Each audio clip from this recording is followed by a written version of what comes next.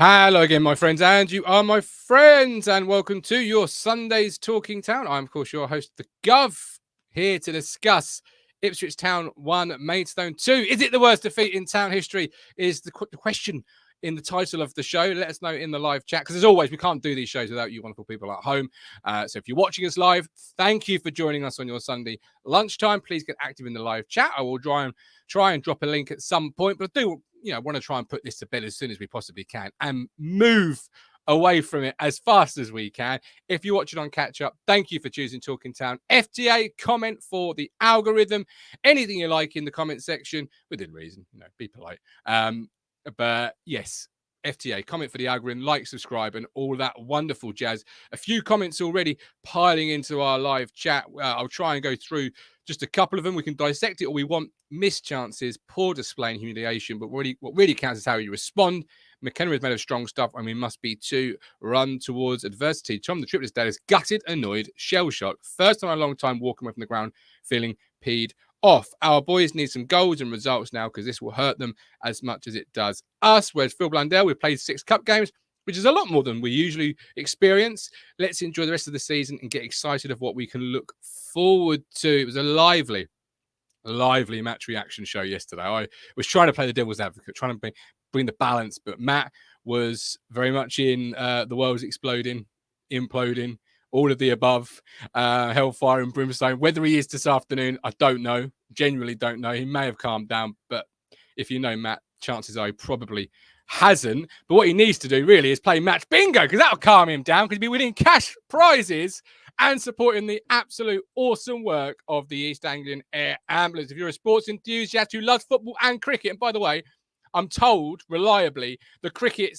team are doing quite well at the moment. There is a cricket show on Wednesday at 7 p.m. Rich did want to try and hijack today's show and just talk about the cricket exclusively, and I said no.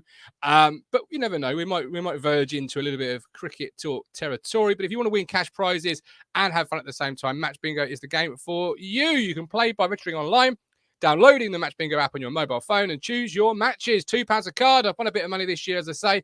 And of course, you support the just crucial, amazing work of the East Anglian Air Ambulance. Over 18s only. Be gamble aware.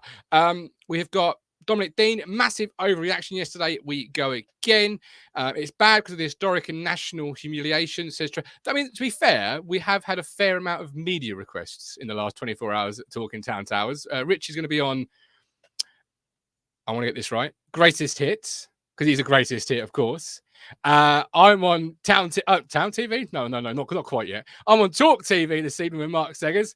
In fact, that was quite funny, because the full-time whistle went and then my phone pinged and it was straight away, commiserations, but do you mind coming on the show to talk about it? I was like, well, if I have to. So we have a fair few media requests, all except this man, because he's miserable. How are you? I'm still the same as I was yesterday. I'm still annoyed. Oh dear, it's going to be a long show, Richard Moss. He's exactly the same as he was yesterday. Greatest Hits Radio, I've already been on this morning. You have? Oh, brilliant. And I know we were doing the recording this morning. Awesome. What did they ask you? What did they ask you? I just had just a few questions. Apparently though, Martin, I did hear some breaking news yesterday that the Bee Gees now have a 4th member. Barry, Robin, and Morris are joined by Matt now, because your voice was going very high yesterday, Matt. On the it was. Can get higher than that. Show. Over 2K views. A lot of people watching. A lot of comments. There actually was FTAs. Misery loves company, doesn't it? That's what it is. There was a 4th member of the Bee Gees. Their younger brother Andy joined them for a little spell. Was there really? Yeah.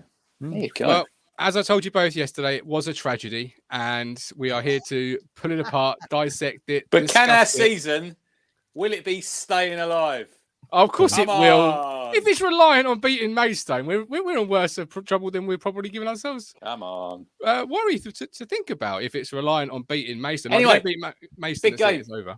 Big game Tuesday night. I hope all the Stones fans, Matt, are going to be turning up, because they come out in their 1,000 yesterday. Maidstone United Tuesday night are at home to Punjab United in the Kent Senior Cup. It should be a full house. Good luck. All the plastic fans, will they be there? Will the plastics be there? Well, as Martin Keown said, you're here today. That's the most important thing. That's very true. Apparently.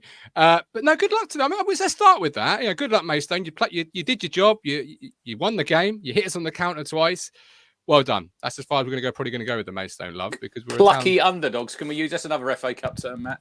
Plucky underdogs. Yeah, because as I said on the show yesterday, it was like we were just playing a group of school children. Oh, here we go.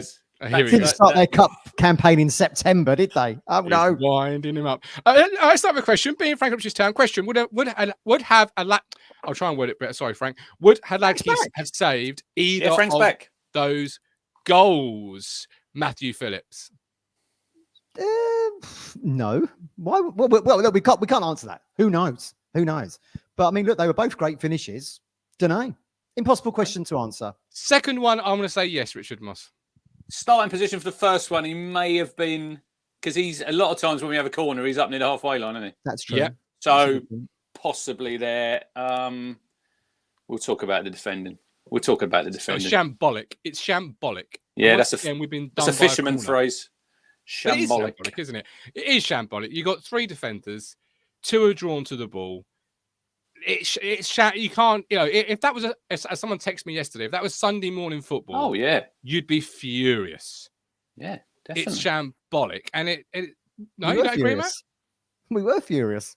Yeah, well, it's a great goal. McKenna, really, the actual person that matters in all this. Where was one night in Napoli? What was he doing on the first goal? Yeah, it reminded me of the what was the one where they were all on the sideline, almost like having a huddle? Fulham go.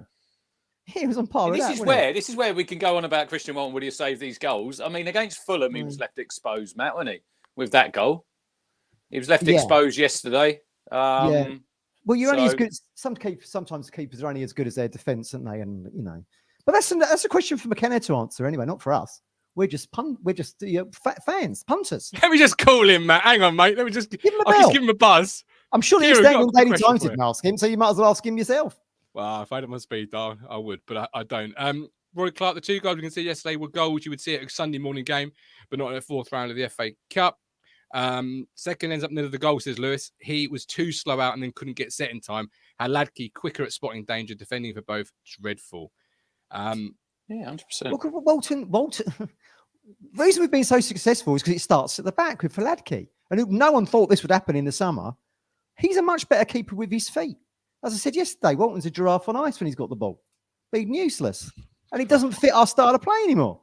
He rarely had the ball, though, yesterday. Let's be honest. We hardly played out from the back because we were playing from that. He didn't have it a lot, did he, Matt? When he was called upon, the defence kind of let him down. But, he was great for us last season in League One, but it's certainly his style of play does not suit us. He can barely pass the ball 10 yards to a blue shirt. Look how the trepidation he's got in just passing the ball. Whereupon Haladki's cushioning balls that have gone 50 yards up in the air at the Riverside. But there we go. Look, McKenna Amy fickle as fans, because we've slated Haladki before on here and now we're slating Walton. I never slated him. You did. Who? I wanted him signed from Salford, remember? Well, then he came in, and I'm sure we have to look back at some of them shows when he didn't perform that well. I'm sure Phillips would have been slating him. I felt he got a bit of a... Well, I mean, look, Cook wanted Walton in, didn't he, for whatever reason. After that Cambridge game, was it the 2-2? At the Abbey Stadium? Was it the 2-2 and then Walton come in? Haladki did play in that game, didn't he? Yeah, he did play in that game. But he wanted to sign him, I think, from the start of that season anyway, didn't he? Yeah. He was obviously looking at him, but... Yeah. Look, Christian Walton's still a fine goalie. He's still a fine goalkeeper. It's not his fault we lost yesterday. It's certainly not his fault. In an FFP world, can you afford to have 2 goalkeepers on what I must guess is good money? Well, we have at the moment. Yeah. Would that money allocation be better elsewhere? I'm just throwing the question out there. That's just my job. Well, maybe, but you've got to pay Shawnee Aluko's wages for his cameos in cups. Don't start me off again. I've been doing it since he signed the contract. Don't know why he was offered it then. Still don't know why he was offered it now. Was that asked again? Luko's not really played much this season, Kieran. Why did you decide to play him against Maidstone? And by the way, this kind of we played like a C option team against Wolves. That doesn't rub with me. We were underdogs going into that game.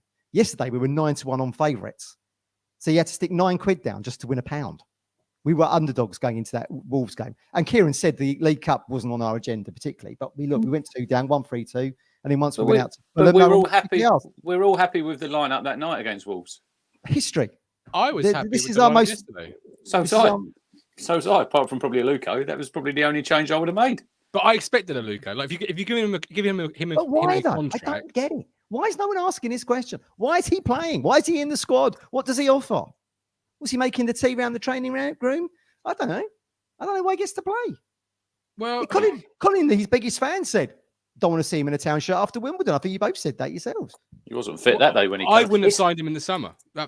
Disrespectful to Maidstone to put players in like with the fullbacks yesterday. Oh, we'll just sit our 2 fullbacks on the bench. It's only bloody Maidstone, and now we're banana skin, a stat forever.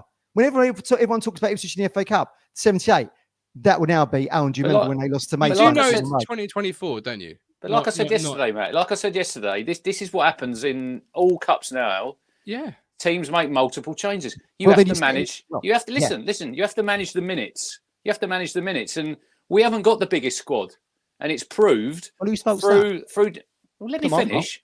It's proved through December, and when we had them injuries over Christmas, that the players who come in obviously weren't good enough. So we're putting all our eggs in the league basket because I think that's where it's our bread and butter. I know that's another phrase that we'll throw out there, but it is.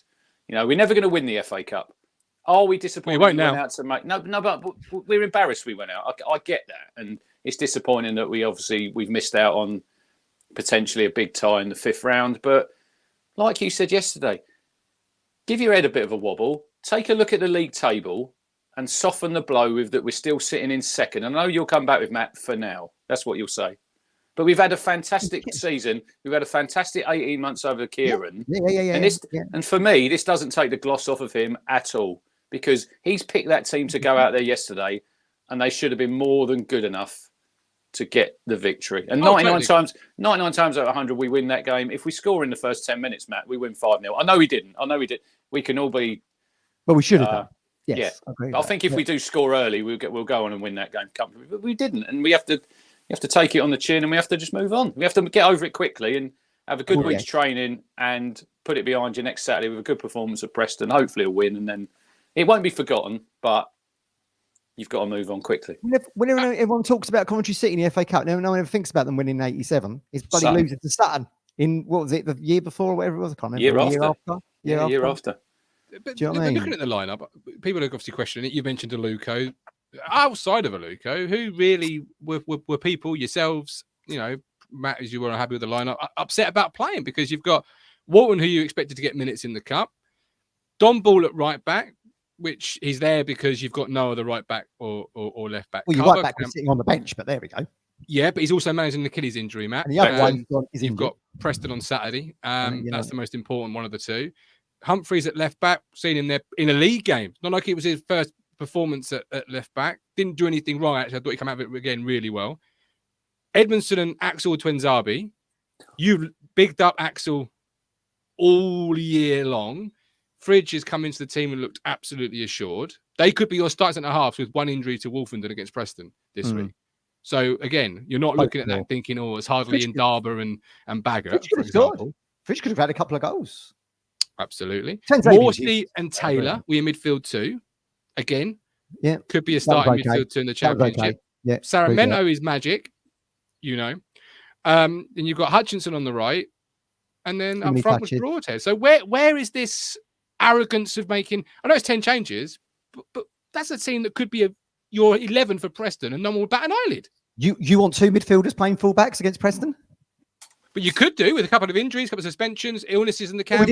Well, he decided to play them yesterday regardless because your first choices were on the bench. And then, lo and behold, panic stations, he brings them on. Oh, my God, what, they can just, as I said yesterday, you can just get injured in the first minute as the last. Ludicrous thinking. No logic to that whatsoever. Davis off a calf strain and Clark on an Achilles. Like, there's logic there. It's not an arrogance, is what I'm trying to say, Rich. There's a logic to we're not going to play them or start them. And nobody batted an eyelid when Cameron Humphreys played left back at AFC Wimbledon and went through. Did, to be fair, but he done okay. Was Davis injured then, though? Yes. But I wouldn't have played Davis yesterday anyway. Not when they're sitting on the bench, fit, able to play games. No, I wouldn't have played him. But the bigger picture's the league, man. And you've not got a lot. And you've not got a lot of cover there. I think Cameron Humphries. I think Kieran spoke about it Friday. He's crying out for a loan, Matt, to go and play proper football. And I've said this for a long while. He needs to go and play. And another thing with him, I looked at that game yesterday. You know when they play them balls inside the fullback when Leaf's there. Leaf normally has one touch and he whips it in, doesn't he? Every time I see Cameron, he took a touch and then he played back most of the time. Midfield because the midfielder in him, isn't it? Yeah. It's not his natural position. I was surprised. I probably personally I would have played Wolfie. I'd have played him at centre half with Edmondson. I wouldn't have broke that up. I'd have played Axel at right back. I didn't think Don Ball was terrible. I didn't think he was terrible, and I don't think the performance, Martin. I think a lot of fans have got carried away a little bit, saying it was a shit performance. No, it wasn't. It wasn't a terrible performance. It wasn't a terrible performance. We should have won the game, Matt. Well, we didn't know. Yeah, but it wasn't terrible. You can lose. You can lose and not be terrible. Yeah, that's why I wasn't as embarrassed as some fans were making out yesterday. I mean, I've seen my team get embarrassed for fun. The goalkeeper, I've got it down here. The goalkeeper made 12 saves. 12 saves he made. Yeah. It was like Dean Gherkin at Bristol City. Do you remember that game years ago? Yeah, 0-0 at home. Yeah, where he was like Superman for 90 minutes. But I walk out of that game. I mean, I've come out of the Marcus Evans banter era when I've seen us embarrassed. I've seen us really embarrassed. You didn't think that was embarrassing yesterday? It's only embarrassing because of their league position. League South team. I'm not embarrassed. I can't. I just don't feel it. Perhaps I should be, but I just don't feel, because my eyes tell me on a different day we win 7-0 and no one's upset. But that's football. That's the game we love. Rich loves this game so much because of results like yesterday, right, Rich? Yeah. Look, we lost 9-0 at Man United. We lost 7-1 away at Peterborough. We got relegated to League One, which we thought we'd never do, Matt. Which is probably one of the worst days that personally I've seen a town when I was there and we got relegated. I was absolutely devastated. Was I devastated yesterday? Not really. I wasn't devastated. I was embarrassed. I don't get the ambivalence towards it. It's the same mindset that clapped us down into League One for me. As I said before, when Hamburg got relegated to Bundesliga 2, they bloody rioted and threw flames onto the pitch. I'm not saying you should do that, but bloody hell, show some passion. Your club that you do a podcast around and you feel 30,000 in the stadium for the FA Cup is just lost to bloody professionals. Doesn't mean I don't care, but I'm not devastated. I just feel like there's I've seen a lot of ambivalence in the fan base. Oh, it'll be all right because I trust McKenna and Ashton. It'll be all okay. Well, we do. Let's see what happens. Do you not trust McKenna? Do you not trust McKenna then? Well, at the moment we're in the wilderness. Do you not trust McKenna? No, we're not in the wilderness. We're fucking second in the league. Don't be so pathetic. No. That is a pathetic comment. We're in the wilderness. Get in the bin, Matt. If you think like that, football is not for you. That is a nonsense Let me finish the sentence. You don't need to finish it there. You just can't wait to bash McKenna because last season he had a few bad results. You wanted rid of him. As soon as we have a bad result in the FA Cup, it all comes back. Let me finish what I was saying. We're in the wilderness in terms of a crossroads. What does this result now open up? We're not at crossroads. Don't be so pathetic. So you're guaranteeing me 3 points to Preston next week at Deep Down? If we don't what does this result roll over to? Well, if we don't get a result at Preston, the season's not over, is it? I'm not saying it is, but what does this start? Has it unlocked a door to, I don't know, dropping down the table? That's what I'm saying. You're now in the wilderness of not knowing what happens. Matt, where did you predict we finish this season in the league? 8th to 10th, I say. There you go. So we're second in the league. Wilderness. I mean, the wilderness is when you've spent 17 years floating around in the bottom half of the championship, stagnating, going nowhere, and we've been revitalised by the Americans, by Mark Ashton, by Kieran McKenna. We have a really bad result. We have a really bad result, and I'm not saying it's not a bad result. I'm agreeing with you. What happens next? We're not in the wilderness. What have you? Tell you what, I should have really introduced Matt with this intro. He'll have you on strings. The fisherman, Mike Brown. I've already said. Matt, what are you playing at? I've got to try and just stop it there because you're living in the. I don't know what world you're living in here. Wilderness. This is crazy. I mean, for the next week. A wilderness for the next week. What happens ahead of Preston? What happens post Preston? Well, the team we don't know what this could be a catalyst for. Now it could go either way. So I'm saying the wilderness. If you let me bloody finish, I'll explain it to you. We don't want to let you finish because it will get clipped up and we'll get told we're agreeing with you just for sitting here. Are you going to let me finish? If I have to, go on him. It could go one of two ways, right? the team could either, like McKenna said, we've got a lot of work to do on the training ground to try and galvanise the side to get a result at Preston. So they could go up. Brilliant. So you take that blow and, you could build the season again. Or it could just fall to shit. That's what I'm saying. In the wilderness, we don't know which way it's going to go. How many games have we lost under McKenna in the league in his time at Town? I think 10 games, Matt. So I can't see us falling off a cliff. I honestly can't. Well, you're hoping, because I'm not hoping. I'm hoping. Thinking, I'm right? hoping. I've watched with my eyes enough football under I hope Town, you're right. under McKenna I hope to you're know. right. And this is why we sing. This is why we sing. He knows exactly what we need because he knows what he's doing. You don't sing that. I sing that. Do you? Oh, do you trust me? I'm not going to. All I'm putting out the point here is a result like that, of that magnitude, which would be a huge blow for people with a winning mindset. It's like Tyson Fury getting knocked down by Francis Ngannou. No one expected that, right? Well, bloody hell, Tyson Fury was a bigger favourite than what we was yesterday. You could go one of two ways. I don't want to see all the good work that they've done. All right. Okay. We get it. You've justified it enough. If you're now tuning in, welcome to marriage counselling. Lots of the plot, but not looking at the bigger picture. This is like marriage counselling. You two are like an old married couple. And you're just like, I want to bring you together. It's a valid point. Will the team galvanise itself to get 3 points and push for top two, or will it fall apart?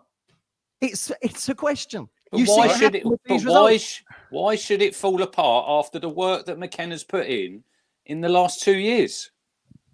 Look, Craig from Essex understands exactly what I am saying. It's a scary place to be. You don't know. That's what I'm saying. It's not wilderness. Even if you drop into the playoffs, Matt, that's not the wilderness, because that's far beyond the ambitions of a lot of supporters at the start of the season. It's temporary wilderness, right? Because you don't know which way it's going to go. There you go. Get a cowley. Norman Greenwald. You win yesterday. You go into the draw this afternoon. You're in the 5th round. You've got momentum. Now we're going into a huge game at Preston without momentum because you've just been embarrassed. That's all I'm saying. There's no point shouting out that and trying to get clicks on them. You're doing that to yourself, but we appreciate. I'm going to go and put the kettle on. I'll be back in 5. Okay. Everyone take a break. So, okay, we'll pause the counselling session there until Matt returns. Aston is put his finger out, says Trevor Amos. Craig said, if we fall away, people will look at the result and blame it. What does fall away look like, though, Craig? Because if we finish fourth this season, which we're going to finish no lower than, that is still a magnificent season, Martin, in anybody's book. I don't care what anyone says. I'm with you. I'm just a bit in shock at how the sort of last 10 minutes has got. God, I didn't expect the wilderness to comment. I'm not really, because I know what Matt was like yesterday, and I don't think he's calmed down. Where I was quite calm yesterday. I'm embarrassed. I'm embarrassed that we lost. I'm not saying that it's not. It's terrible. It's live on the BBC. We've embarrassed ourselves in the front of the nation. But look at the bigger picture. Look at the work that we've done. Look at the work that Kieran's done. We wanted some press coverage, didn't we? We moan about we don't get enough. Maybe we've gone about it the wrong way a little bit, Yeah, but it's football. It's football. Lincoln beat Premier League Burnley. Boreham Wood beat Bournemouth, who got to the Premier League. Coventry, Luton Town were in the National League. They beat Premier League Norwich. So there you go. These results do happen. Why are we surprised? Town make history wherever we go. Why are we surprised we're making more history? Albeit a history we don't want to be making. But Mike D said we've seen a massive gap evaporating weeks. Confidence needs to come back ASAP. The biggest issue is getting back to our slick football. We've not seen it for a while. I want to discuss transfers in a second. We've had injuries, obviously. We've had injuries, and I get the gap's gone. But anyone who thought that gap was going to remain at 10 points, I think you've not watched enough football. Look, but Sam Morsey has to say that, Matt. He's the captain. He's going to say that. He's not going to come out and say, I thought we'd done all right. We'd have won that game 99 times out of 100, because that gives the fans something to batter people with. He has to toe the line and come out and say it was a bad result. Would you like your rattle back? I'll tell you what, Charlie there, I will bet you £100 that we will not finish 5th or 6th. If anybody thinks that, put their money where their mouths are. We've lost. I feel like this is like, we've lost to Maidstone. It's just a reaction I would have got like 18 months ago with pre-McKenna, when we've lost 4 in a row, been beaten 3-0 by AFC Wimbledon or Northampton. I wasn't expecting this level of yeah, but like I said to Matt last night, if people are that worried, you'd have gone to the game. I know it's on the telly, but you're getting bent out of shape, and we didn't even go. None of us three went because it's the FA Cup. We was there at watch it on the Barrow. TV. We was there at Oldham Barrow. Right, let's switch focus. 8,000 in that day. Where was all that lot? Where was all the fans yesterday on those days? I didn't see them. Andrew, before we switch focus, I'll get a couple more comments. And I want to talk transfers. First of all, I want to talk Nathan Broadhead. Your thoughts on his role? Does that mean he now can't play that 9 role? And then I want to talk about Gallagher, the AFC Wimbledon striker. Ali Al-Hazmi. Ali, isn't it? Struggles with that name, doesn't he? Ali Al-Hamadi. Ali Al. Even I can't say it. Iraqi Scouser, I love that. Brilliant. And playing against Jordan. It's playing against Jordan tomorrow, Matt. Brilliant. Is that on the TV anywhere? You could probably get streamed somewhere. It's on Triller, the old Fight TV app, Triller. Oh, okay, that might be worth watching if he's going to be signing. UK rights. Yeah. Andrew says, "Hi all, embarrassing result, but not embarrassing performance. Felt a bit flat at the Norris gate. The players, the manager, we all know how it is. Hopefully, move on next week and tell." Dominic Dean says, massive overreaction. Anyone would think we still had Paul Cook in charge. Matt does do a really great Paul Cook impersonation. You should ask him about that sometime if you see him out and about. But Nathan Broadhead, does yesterday's performance really highlight that if you go into February and beyond with him as your number 9, you're in a little bit of trouble, Richard Moss? Look, he's not in the greatest of form, is he? I don't think anyone can say that he is. But we do need to realise football are human beings, guys. After all, he might have problems off the pitch. I don't know. I'm just speculating there. Did he play well yesterday? No, he didn't. He missed that chance, like I said on the match reaction show yesterday. Gov, he should score that. It's a good save by the goalkeeper. I think a confident Nathan Broadhead slots that in the corner. But this is the thing with fans. 1 minute you're the flavour of the month. You're one of the best players you've seen in the town shirt for the last how many years. Now he's had a few off days and everyone's saying, he's not very good, he's crap, he's shit. He isn't. Nathan Broadhead's a very good footballer. He's just going through a bit of a loss of confidence, and hopefully Kieran gets him on the training field. And as supporters, we have to sometimes I know we want everyone to play well every game, Matt, and we're disappointed when we don't, but sometimes we have to let's give him our support. Let's not say, he's not very good, he shouldn't be in the team, because Broadhead's a great player. He's done great things since he's come to the club, and he was a massive reason why we got promoted, and he's a big reason why we're sitting in second place at the minute. But football doesn't stand still for anybody, guys. And if he's not playing well, you've got Sarmiento now, Matt, who can play out on that left hand side. Broadhead might have to sit on the bench for 2 or 3 games and get his confidence back, and that might give him a kick up the bum. He might need that. But am I writing him off? No, he's still a very good footballer. He's our second top scorer, isn't he? 8. Yeah. 8. Chaplin's got 9. Am I right in thinking that? Yeah. He don't want to be probably playing down the middle. He wants to be playing on in the channels in the free. That's where he's had his most impact in a blue shirt. Yeah, he's still a good player. He's not just become a bad player overnight, but for whatever reason, it's not working out for him. But as I said yesterday, fair play to him for playing that role in the 9. He certainly gives you more energy than what Ladapo would have done. Now, we probably could have done with him yesterday. Do you know what I mean? It might not be good enough for the championship, but Ladapo would have certainly been good enough against Maidstone. But Kieran was Broadhead was doing a job for the team, and fair play to him. Do you know what I mean? But the sooner we get one of these new signings in, he can go back to the position he feels more comfortable in, and scored 8 goals from. Right? Social media is social media, but we've got a couple of social media reports. First of all, Matt Gallagher, Blackburn. I believe the handle is it Reluctant Nico? Is that the handle for Alan Nixon? Whatever. Oh, Reluctant Nico. Yeah, Alan Nixon. Yeah. Alan Nixon reporting £2 million is what Town have offered this morning for Sam Gallagher. Obviously, out of contract in 6 months' time. 28, I believe, having looked this morning very quickly. What are your thoughts on, if that is true? We don't know that for sure. £2 million. What are your thoughts on that? Well, as Beep told me, there's another. He's out of contract, but with an option to play, so he ain't going to go for 50p in a packet of crisps. Is what Beep told me. So I mean, look, I feel like we're paying well over the odds there, but we're desperate because if we let the Dapo go, Hurst isn't going to come back this season, and you've got Caden, who's suddenly become a striker again, having been in the channels all the other games, and Broadhead having to do a job there. So Yeah, we're going to have to pay over the odds for someone. I mean, look, he did cost 5 million from Southampton to Blackburn back in 2019. And he's not got a bad scoring record. I mean, certainly he's going to give you the attributes that you want from that Hurst gave you, I think. I think he's probably going to give you that. But, you know, whether we go up or don't or get in the playoffs and don't, it's not going to be down to him. He's going to come in and try and do a job for us. I mean, I suppose the big question is, as Richard said before, can he bring other people into play? Your Broadheads, your Chaplins. You know, it may be, as Rich said before, maybe Broadhead's gone off the boil because Hurst isn't there. And he's got the partnership, the connection, the kind of, I don't know, the mindset that they link up well. Maybe Travis has put a word in. Lewis Travis has put a word into Gallagher and said, come and join the party. I don't know. We'll have to wait and see. But look, it's an option that we need. We are probably paying over the odds, to be honest. Travis says, if we want promotion, we've got to pay over the odds. Matt says, Travis has put a call in, Rich, to Gallagher, come and join the Wilderness Party. What are your thoughts on it? They obviously speak, these players, don't they? And I think he's you probably want it, don't you? Blackburn are struggling. He's got 6 months left. I think they might have an option of another 12. And they're letting their best players go. You know, he must look and think, well, Lewis Travis is gone. He's one of our best players. He's our captain. You know, I might want out. Yeah, I agree with Matt. You're probably paying a little bit over the odds there, but this is where we are. It's January. We didn't get these players in, like I said, I think last week in the summer. Mm-hmm. So what Norman says, yeah. And I think he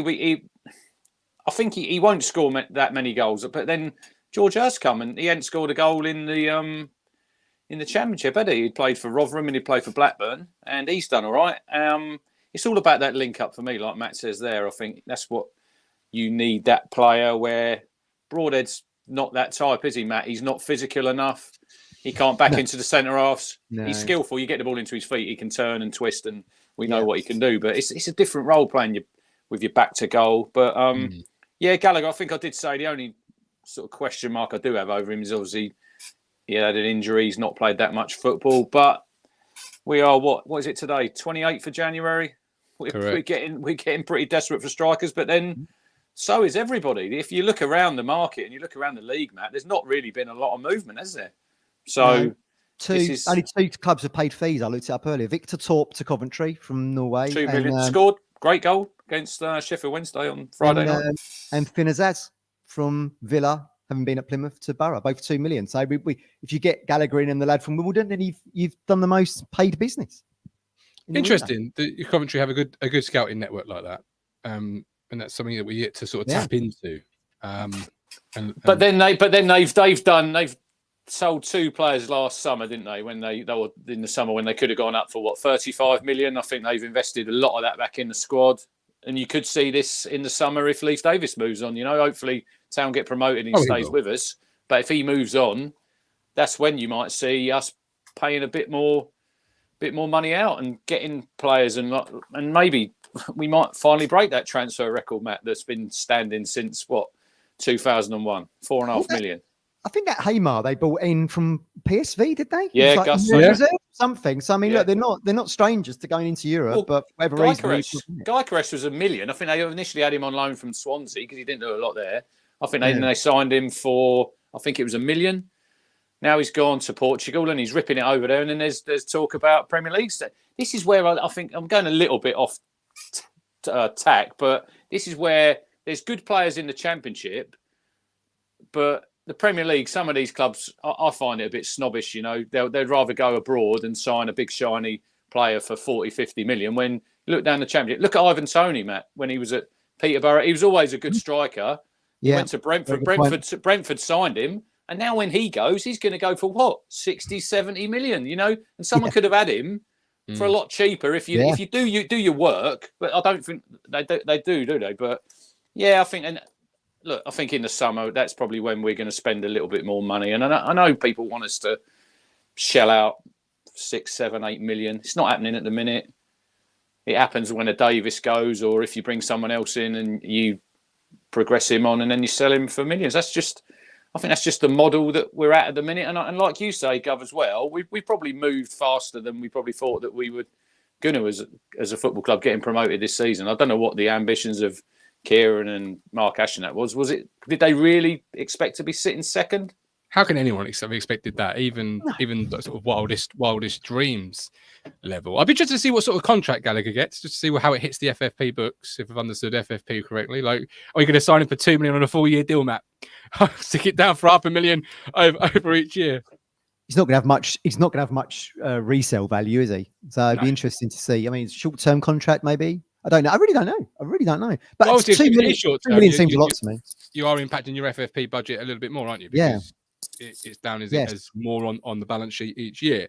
So you could do a Chelsea. What is it you're allowed? Is it 13 million you're allowed to lose over a 3-year period? So 39 million. No, yeah, so 39 million, correct. Yeah, so 13 million a year. Which is why when you take a transfer fee, if I've read it correctly, and I'm sure hopefully I have. Jack Taylor, for example, $1.5 million. What did he sign? 3-year deal? Yeah, I think probably 3 years. So he's down for $500,000 this year. So you've got $12.5 million left to play with. So when people say FFP to me, I always get a little bit. There is a lot of wiggle room. You know, it's hard, but you could operate on a basis. And $2 million for me seems a fair fee if in today's market. You know, Mike D says it's tiny amount nowadays. And it kind of is. Well, for clubs that are in the Championship, I think, well, you just have to look at the two sales we just spoke about. They've not gone for more than 2 million.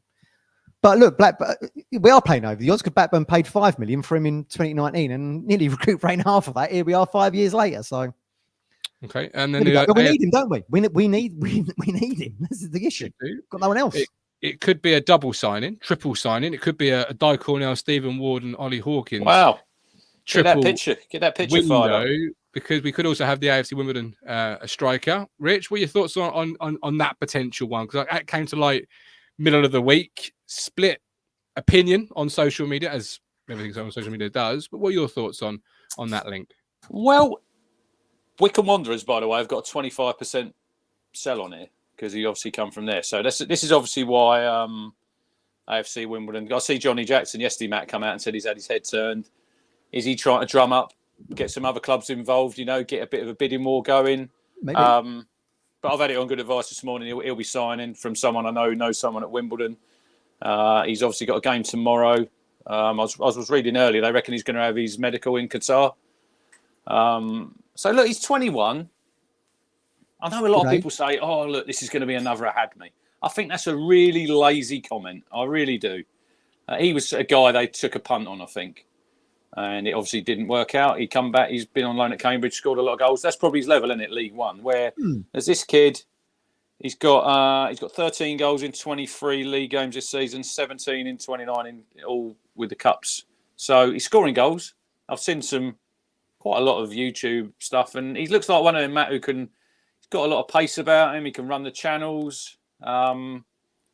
He's probably a player that he can come in and improve under McKenna. He improves everybody, doesn't he, Kieran? I think, and it's a gamble because you're making that step up. From League Two to obviously the Championship. It's a very big step. But there's players down there.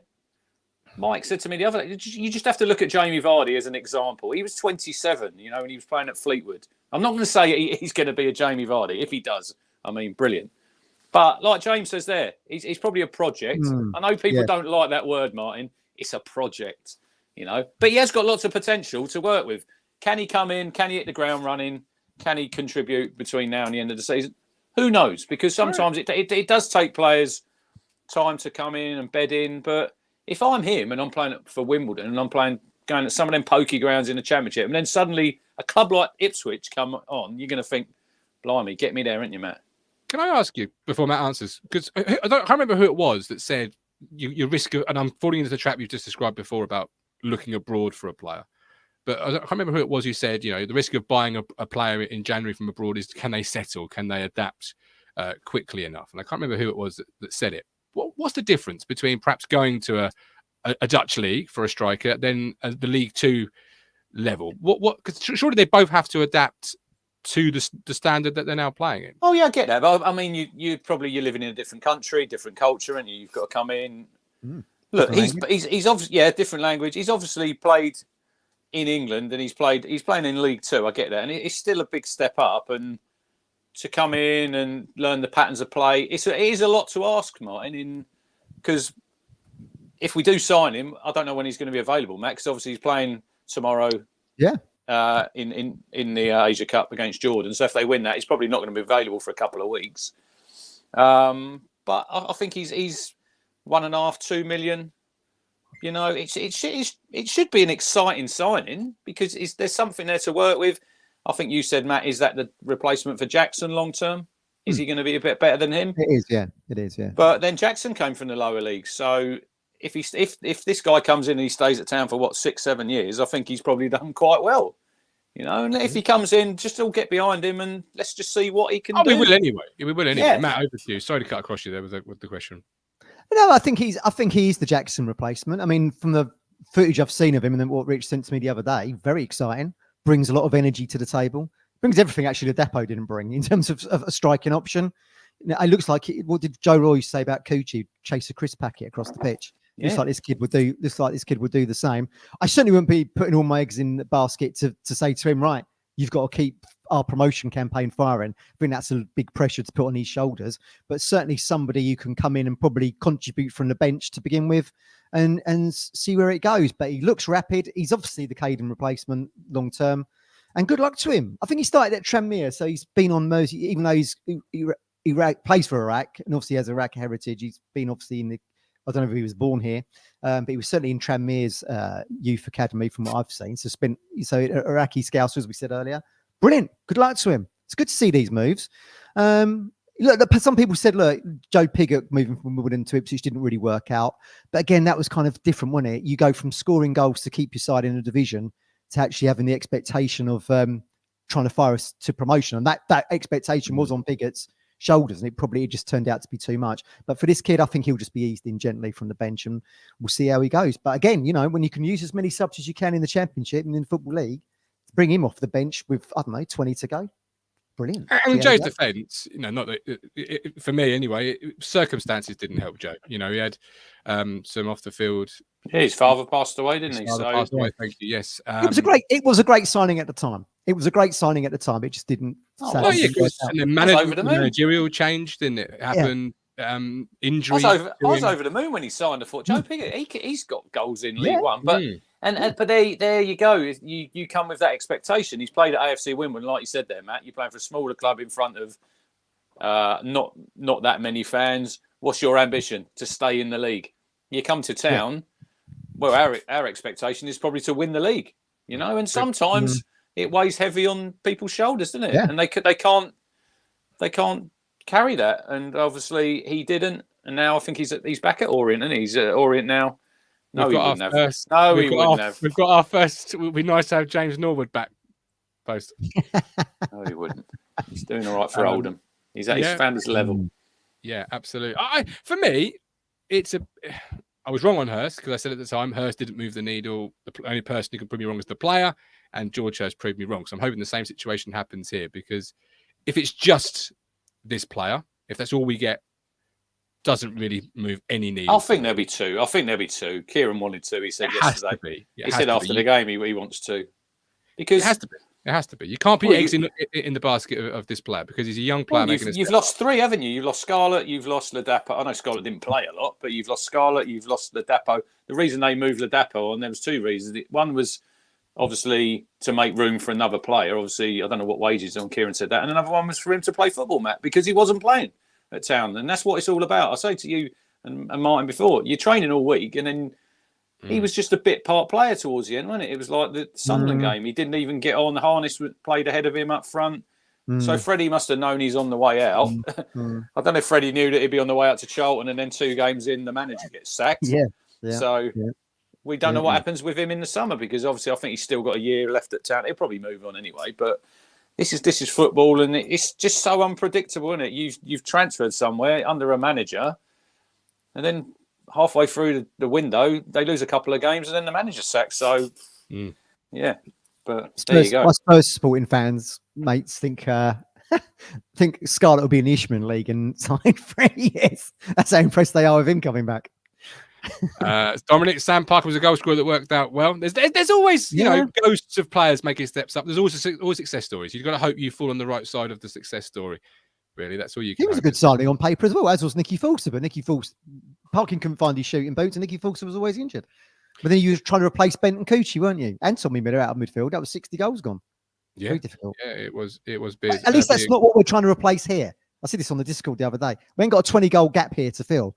What we're actually trying to fill is someone who complements Chaplin, Baldhead, Harness, whoever it might be. Fisherman. The fisherman take Harper over Taylor right now. I can't lose in that argument because I rate both players. You know, one's player of the year.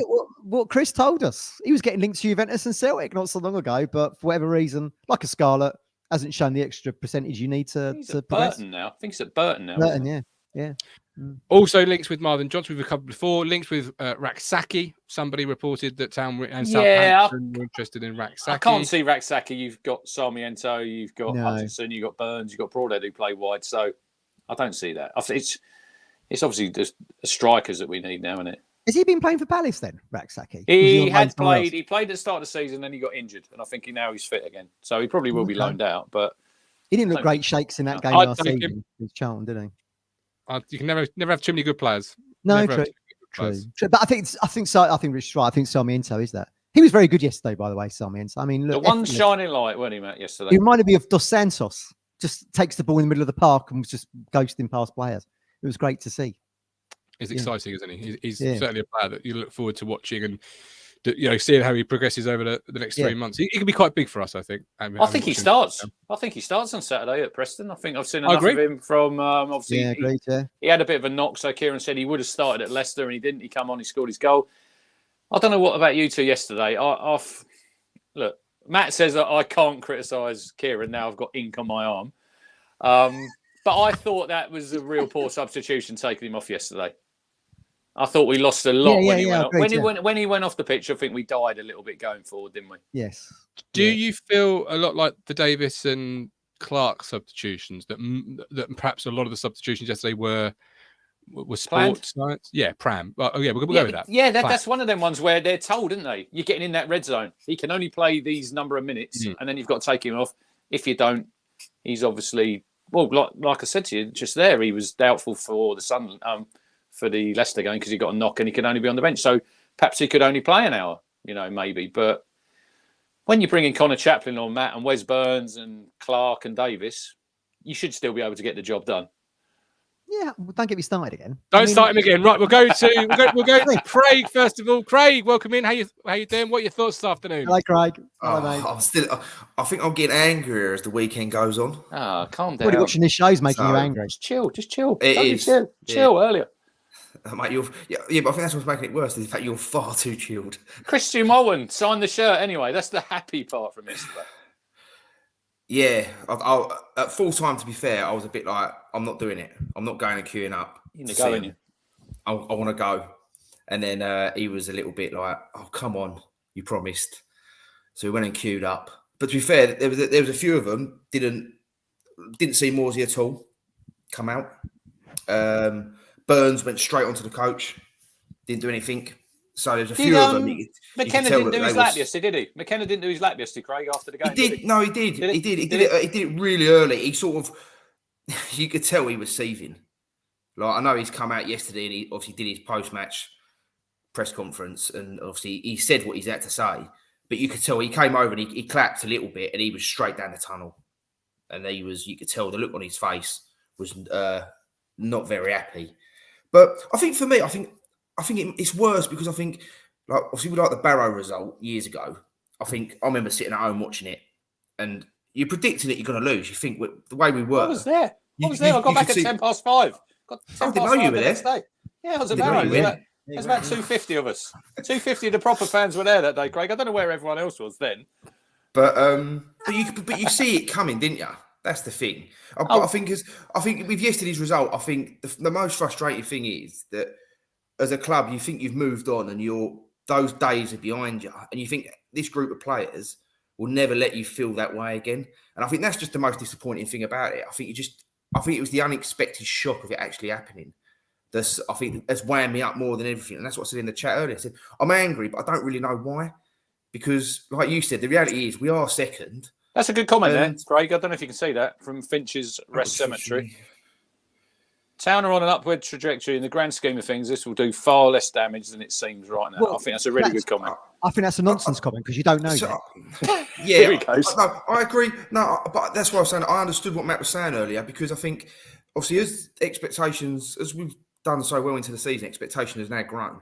So we are now, whether we like it or not, we are in a promotion race. Yeah.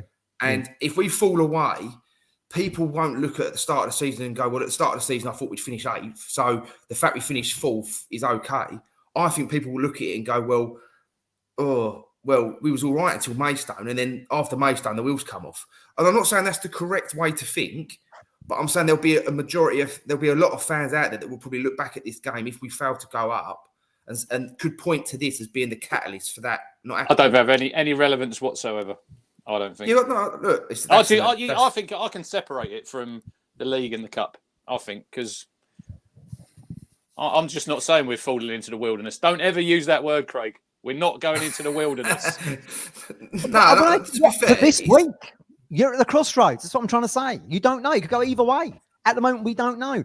We're certainly not going into Preston. We're certainly not going into Preston with any momentum. That we know for a fact. Well, it's a week. It's a massive week. It's a massive U-turn, isn't it? Because we've all left Leicester on Monday night, full of confidence. It feels like 3 points. You think 1-1. They failed to beat us twice. We've got a point both games. You're feeling good, and now we're going into Preston. Everyone's going to be a little bit despondent. There'll be a few people, like Rich, that like you said, you've separated it, and you move on. You go again.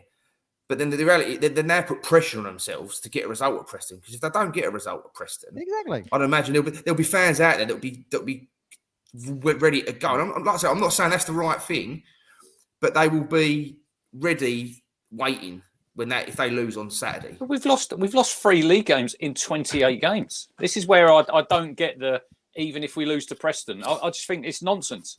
I honestly think it's nonsense. It's hardly Bristol Rovers away, is it? No.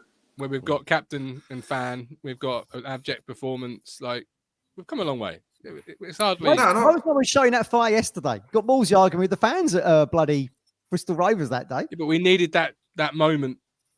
They lucked out. They lucked out after that because then they had that run at Forest Green Rovers first up at home. This is a much different game. You can't say they lucked out. They showed the players the character they were. They didn't luck out, did they? They didn't go to Barnsley, Bolton, Peterborough and luck out. They outplayed three teams. No. Again, you're not listening to what I'm saying. This seems to be a theme today. The fixture list showed after Bristol Rovers, you had the worst team in the division at home. But we did go unbeaten for the rest of the season. This time. They did have a good set of fixtures to get themselves up and running, didn't they? Forest Green, and they went away to MK Dons. So they gradually built, and then by the time that those big games came around, we was a train that weren't going to be stopped, weren't we? Exactly. So I understand what Matt's saying. Obviously, going to Preston, the games are obviously in the Championship. There is no easy games. So I personally think we'll go to Preston, and I think we'll win. And I think you'll see a reaction from that group of players. But that's the sort of club that we are. You could say, Craig, that we've had a dip in form anyway since the Norwich game and the Leeds game. You know, I don't think it's a dip in form. I just think we're struggling for players, and I think they're giving us everything that they've got. But when you take out Hurst, and we just look like a team that we haven't got the depth. We've moaned about it all season, and I just think we are playing the prop. You've hit the nail on the head saying we ain't got the depth. We ain't got the depth, and that's why Kieran had to make so many changes yesterday because we haven't got the depth in the squad. But Matt's saying we should have played Davis, we should have played Clark, we should have played Chaplin from the start. I guess the argument is for me, are you better off starting them and then taking them off at half time? If you free up at half time, then bring the changes and give them 45 minutes. But like you said, on the 60-minute mark, he's had to turn to them and go, right, go on, lads. You need to. So I guess it depends on what you want to do. But I agree, that starting 11 that was put out yesterday was more than good enough to go in that game of football. And like you said, Rich, if that one that hits the post after 5 minutes goes in, we win 5-0. You would have been 4 or 5-0. And I took my wife and my daughter yesterday, and I said to her after about 30 minutes, I said, the longer this goes on at 0-0, the worse this game's going to get. Because you said, after about 20 minutes, we run out of ideas. We look like we were crossing balls, like we seem to get a lot of crosses in the box, but yet we ain't got anyone in that front line that can hit a ball. True. I think I agree with you. Yeah, I felt the same. I thought Morsey was poor. I thought he just looked a bit ring rusty. Obviously, he's had 2 weeks out. Looks slow. I thought he looked a bit off the pace. Yeah, and and then I thought we got to the point where, because they're obviously minnows, it looked like we was trying to force the issue, where the pressure was getting to me, thinking it's 30 minutes, it's still 0-0. Panic station. And it just looked, it just looked like, and even like the last 25 minutes, we didn't play the way that we normally play.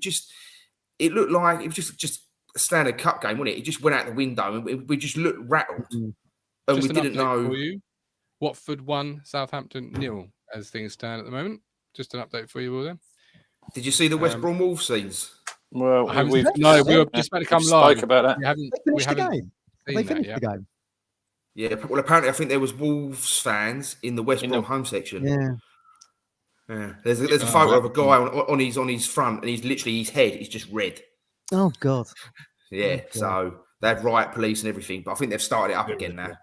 Oh dear. But, Great, we appreciate you coming on. Yeah. Go on, one more point. Go on, one more. Do a Phil Blundell on me. One last thing. Go on. I've got one more point. I've got a point to Craig as well. I'll see both sides, but I think we just got to get behind the lads, and I think we'll go to Preston, and I think we'll win. Perfect. Go on, do the job. My point for Craig is that an extension you got there, Craig, behind you? It's a mighty fine looking kitchen. Yeah, it is. Lovely. Look at that. So, very nice. Welcome Very to nice. renovation. Perfect. Craig, appreciate you coming on. Look up All for yourself. Sunday.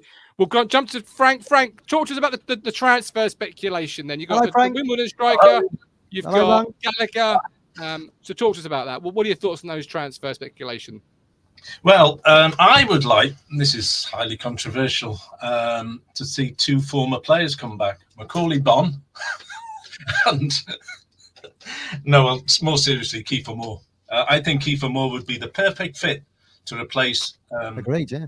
Hurst. You know, I mean, I can't think of another player that is more suited to replacing Hurst than the. He's not mobile. He's not mobile enough, Frank, for the football that we play. He doesn't move enough. He doesn't work hard enough. He's not a George Hurst that can run all day.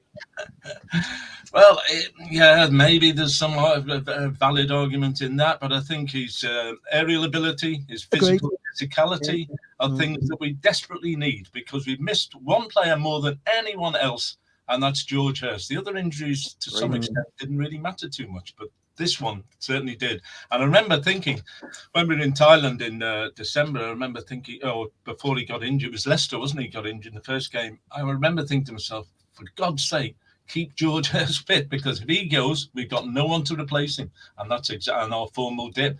And to some extent it has. As you pointed out, Rich, though, we've only lost 3 games this season, and that is less than any other club in the Championship, including Leicester.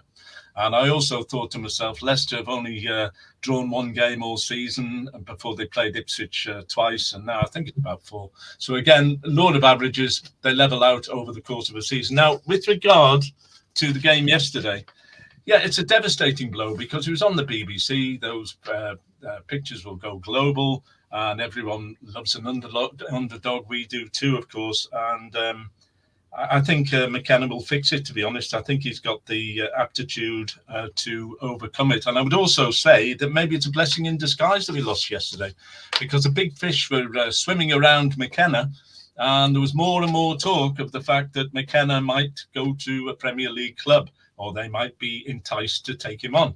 Well, if you lose like that, in the way we lost, I think a lot of that enthusiasm might have drained away. That's good news if you want to keep Kieran McKenna here a bit longer.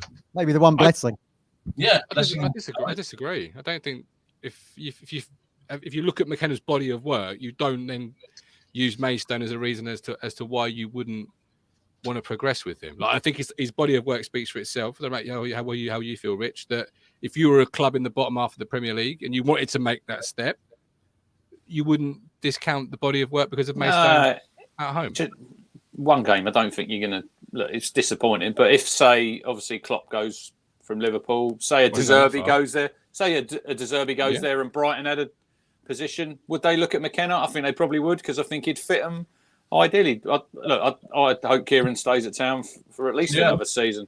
So do I. And it's the managerial merry-go-round, isn't it? But if you look at McKenna's stats, a win ratio of 57.1%. He's won 64 games since he took on the job. He's drawn 32 and lost only 16.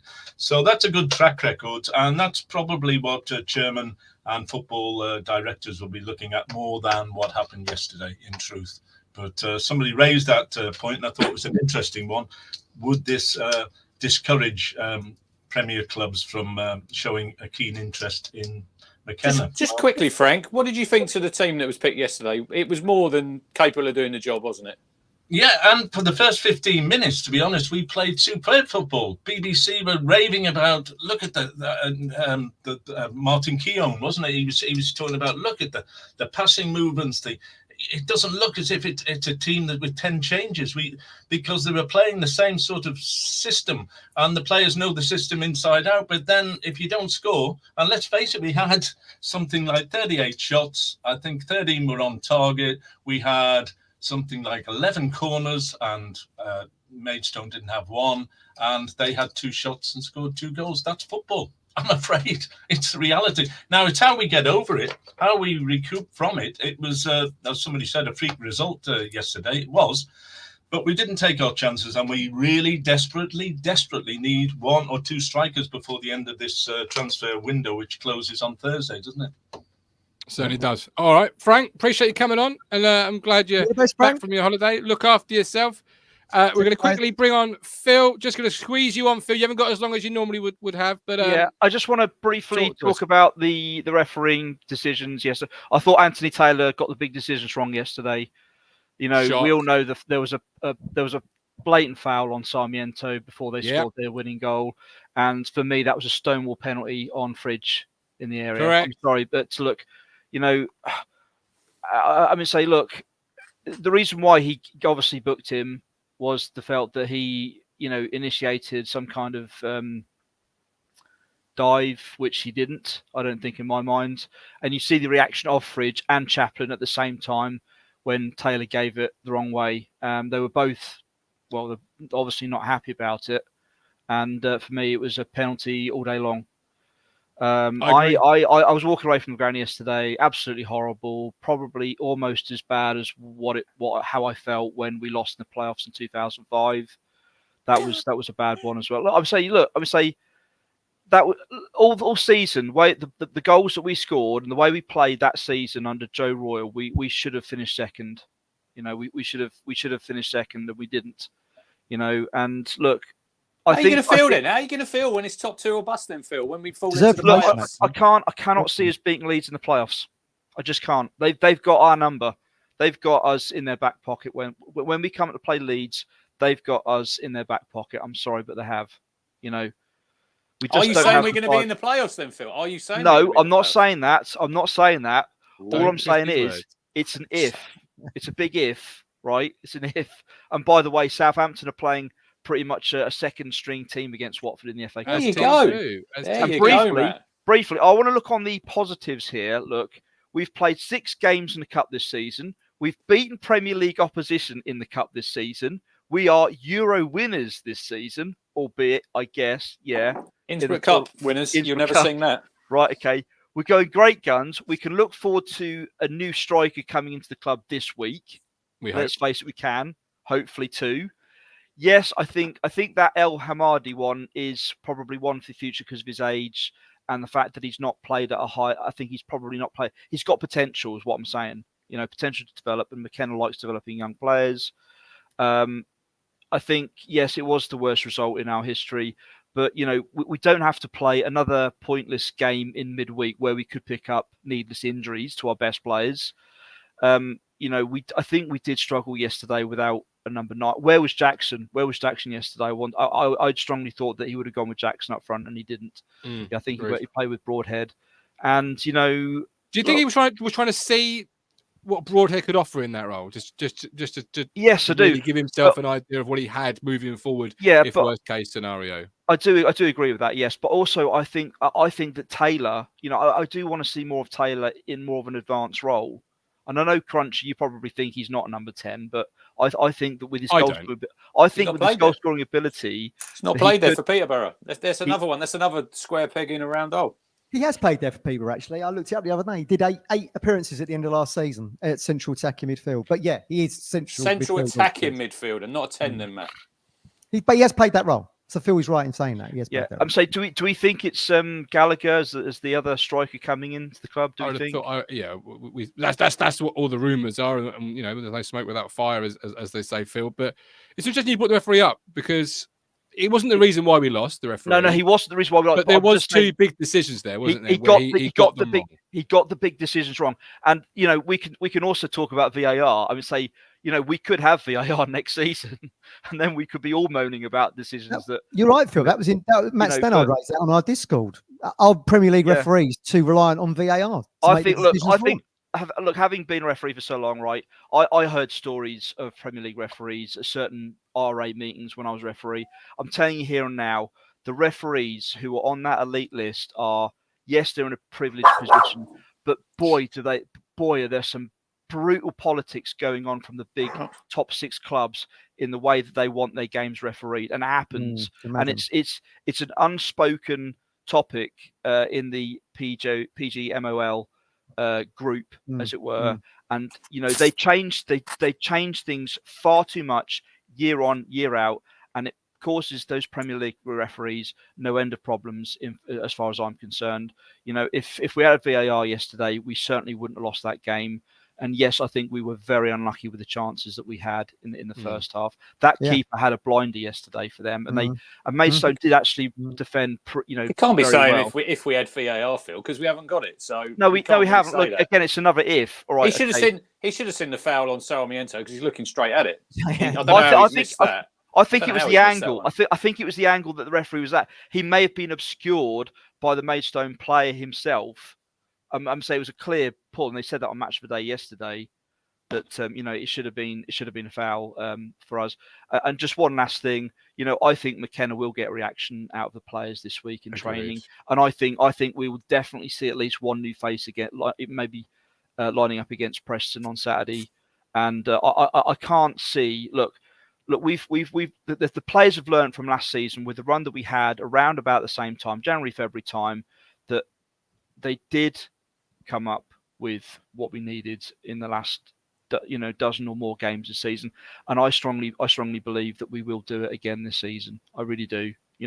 But let's see who we bring in midweek. If it's Gallagher, great. If it's somebody else, I can't see that Austrian player coming to us. He's been linked with one of the bigger German clubs. He's probably looking forward to playing Bundesliga football in the near future, which would mean maybe Champions League football for him. I don't know. But I'm also looking forward to Liverpool beating Scum this afternoon in the Cup.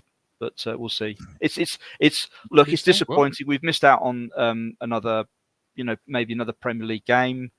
But really, for me, it's a needless midweek game that we don't really need. And I think by the looks of things, Southampton's going the same way as well. They're probably, playing for not, to end the cup run is what I'm saying. But yeah, Phil's saying, Matt, it could be a blessing in disguise. Yeah, it could be. Yeah, it could be a blessing in disguise. It could be. It could work the other way. I'm gonna say we could go on. No reason behind that, Phil, other than wishful thinking. But we'll see. Yeah. I hope you're right. I'm gonna say He's the king of wishful thinking. We could go on another 2 or 3 game, draws. We could pick up another 2 or 3, 4 draws the next, handful of games, which would really not be good. But no, let's hope not. But I'm looking forward to the rest of the season. We've got a clear run now. Last 18 games, new signings. Let's give a good go of it and see what happens. Love that. Yeah. Well, what a way to end. Phil, appreciate you coming on. Sorry, we can give you as much time as you normally do, but thanks so much for coming on and sticking with us. And great points. Good way to end there in terms of the 18-game stretch. But I want to talk about Jack Taylor for 5 minutes, just to close the show, because Phil says he's a 10. Other people say he's not. People in the chat are split. I'm the bandwagon driver, so I feel like I can't really comment on it. But how did you see his performance yesterday? Have you seen his Town career to date go, Mr. Moss? Stop start, isn't it? I think we have to say it's been stop start and a little bit underwhelming. And he's not really had that run of games. But then when he has had his chance, he hasn't really grabbed the game by the scruff of the neck and really shown. The Wolves game, he had a good game. He obviously scored that goal.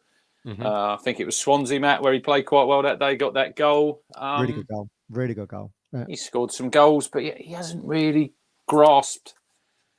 But he's never going to be a regular at the minute, is he? Because you've now got Luongo signed that new contract, so he's going to be here again next season. Morsey's going to be here next season. You don't know what happens with Travis going forward. But when he gets that opportunity, he has to take it, because it's all about when you come into the team, you have to take your opportunity. I do agree a little bit there with what Mark says, that he hasn't had enough time on the pitch. But then when he has played, he hasn't really pulled up any trees, has he? So, but look, I'm not going to bin him off and say he's no good. You know, he doesn't suit our style of play. He's obviously a good footballer, and obviously when they've chased someone Gov for so long, there must be a plan of where he's going to fit in. That Teddy says there, he's a player that doesn't suit our style of play. At the minute, I don't think he does with like the two sort of holders that we play, but let's just give him a bit of time. You know, I know people say, oh yeah, but he's been here for 6 months now. But sometimes it takes players time to find their feet, learn new roles, learn a total different style of football, how we play. You know, I think it was just. Go on. He's 20. He's 25 this year, though. Not young. Yeah, but not 20.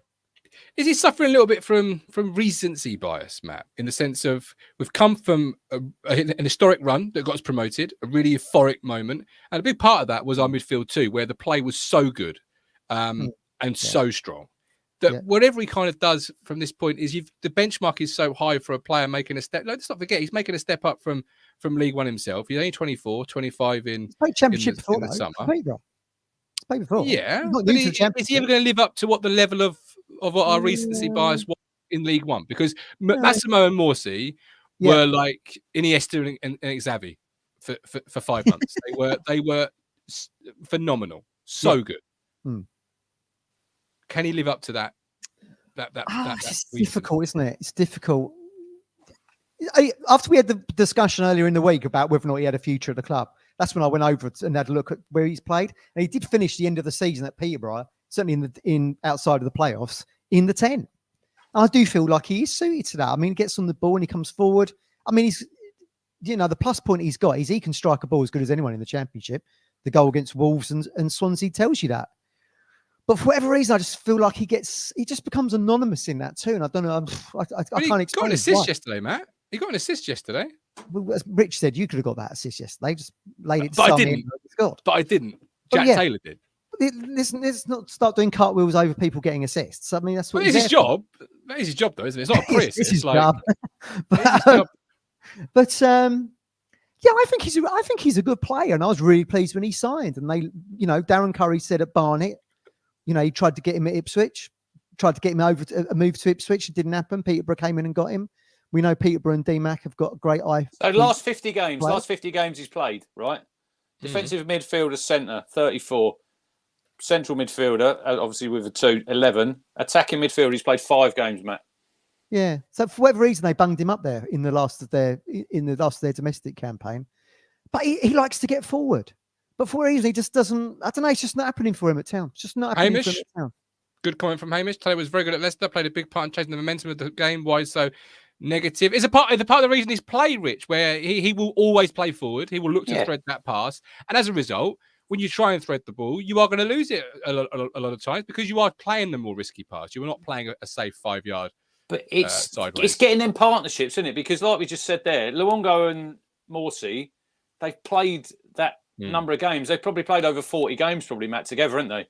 With at the back end of last season and the first half of this season. Whereas Taylor's coming in, you've got to form them partnerships with somebody on the pitch. And if you're not playing regular, Saturday, Tuesday, how do you do that?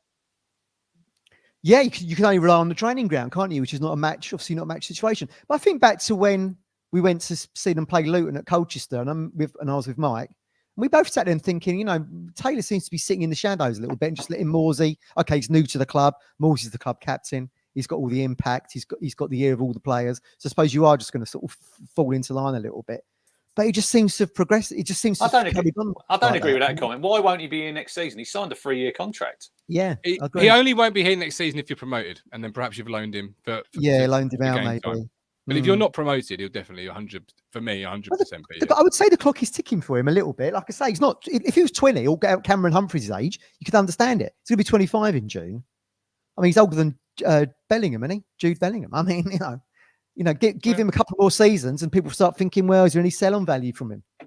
So look, everyone wants to see him do well. I want to see him do well. I would love to have seen him scored yesterday. I'd love to have seen him had a long shot and score from range. Bloody hell, we could have done with it, but for whatever reason. But who knows? Next season might be a different story for him. Let's hope so. But no one wants to see him do badly. No one wants to see him do badly. Of course not. No, of course not. But a topic on social media that sort of divides people's tweets and Facebook posts. At the moment, he's third choice in two positions, isn't he? Probably fourth now, to be fair. Yeah. So he's just going to have to go with the flow. But, you know, football, what's around the corner? Who knows? Who would have thought Luongo would suddenly... We called him Missimo. Didn't play. Now we're talking about him being Xavi Iniesta with Morsey.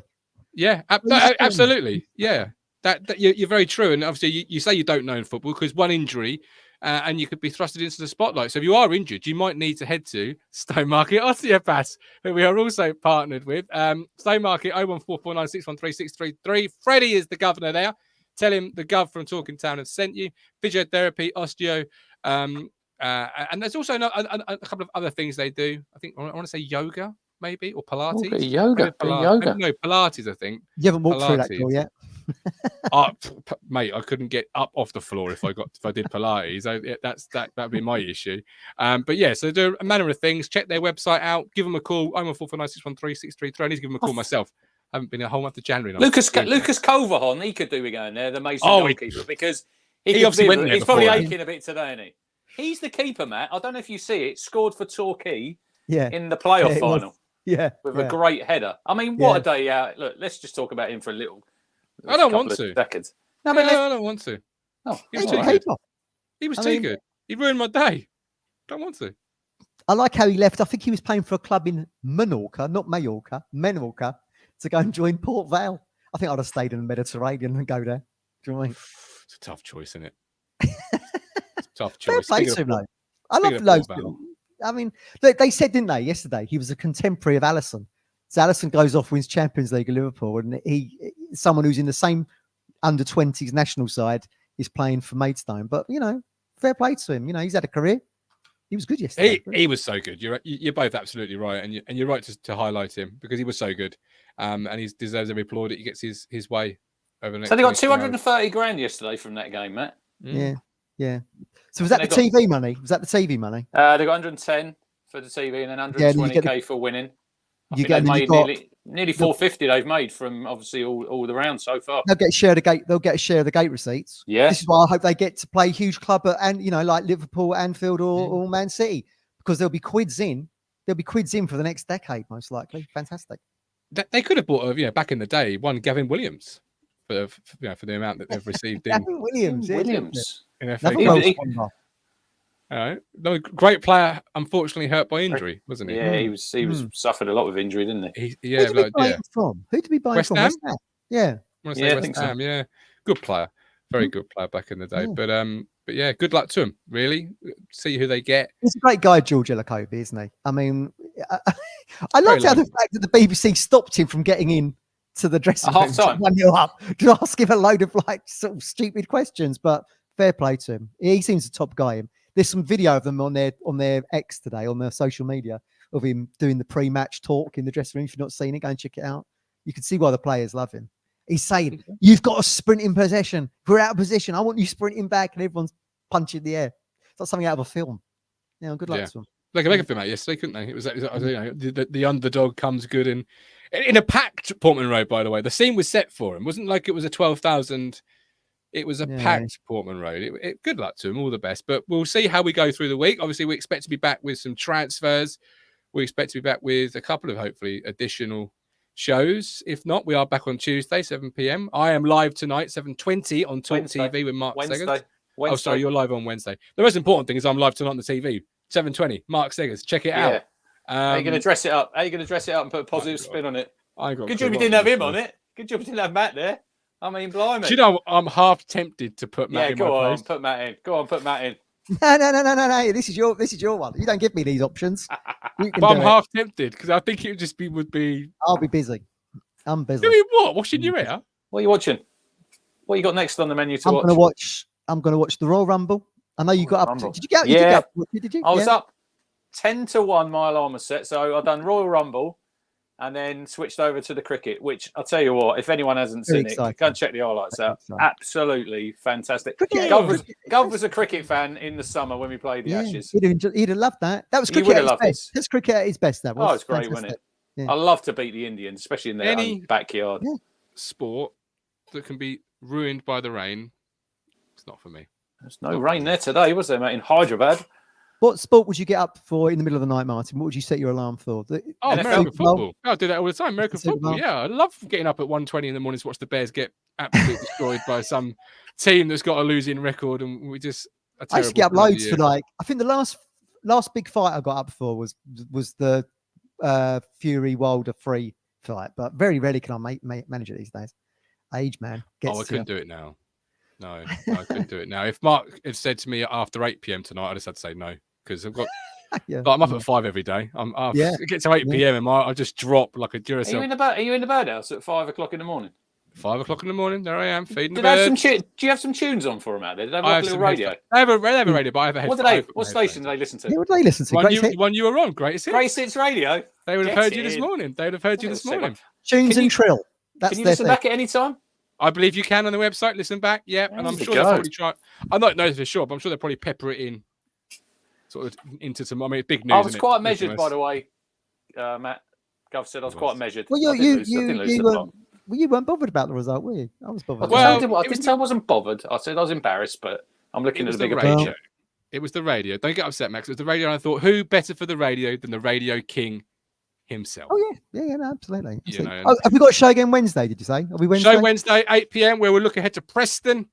I hear Phil's not going. We could have a transfer show before then. Beep there. Beep's going. Beep's going. Beep's sitting next to me with Lee Bayliss. Oh, brilliant. Oh, fantastic. Look, the Northwest supporters group. Ian going? We could have had Phil on longer. This is after show. Davis talk, right? Probably would have been on. We could have had Phil on longer, bless him. You're going to make some notes. Got to go make some notes for tonight, have you? No, I'm going to speak from the heart. Surely they have a Maidstone fan with you, won't they? Of course they will. Well, let's make sure you're defending the blue and white, the DNA that bleeds in us all. Let's hope it wasn't that guy who fell out the stand yesterday. Is he been arrested yet? Get him arrested. Apparently it was a stunt or something. Well, I don't. Was it a stunt? There for 20 odd years, never happened once. If I get a bit of silly perspex plastic that obscures my view because he fell off this, was a bit. What actually happened there? Like, was it a stunt? Was he? He fell out the stand over celebrating, wasn't he? He wasn't a young man. He wasn't a young man. The lads on Discord seem to think he did it on purpose because they've seen multiple views of it. I think he'd had probably one or two many pints. Unbelievable. But don't worry, that stand won't be that much longer anyway. Well, I hope he's all right though. So shout out to the fellow. Hope you're doing all right. I hope whoever he landed on's all right. Yeah, exactly. The club are looking into it anyway. We'll probably hear more out of that. There you go, Matt. About that in the week. Yeah. Oh, good. They'll probably. Yeah. All right. Anyway, we're done. We're dusted. Thanks for watching. We'll see you during the week. Hopefully for some Well, no, we definitely will because the club definitely will make some transfers. We'll just put it into the universe now. So we definitely will see you during the week. Right, if not on Wednesday. But thanks for watching. Like, subscribe, and we'll catch you for the Sam Gallagher transfer show. You make me smile when I think of you. If I get down low and I am blue, I can't get enough.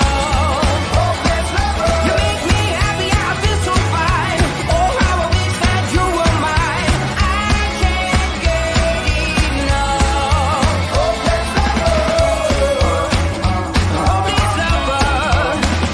I woke up all soaked in sweat. Chills running down my neck. I'm going crazy from just the thought of you. A long blonde hair.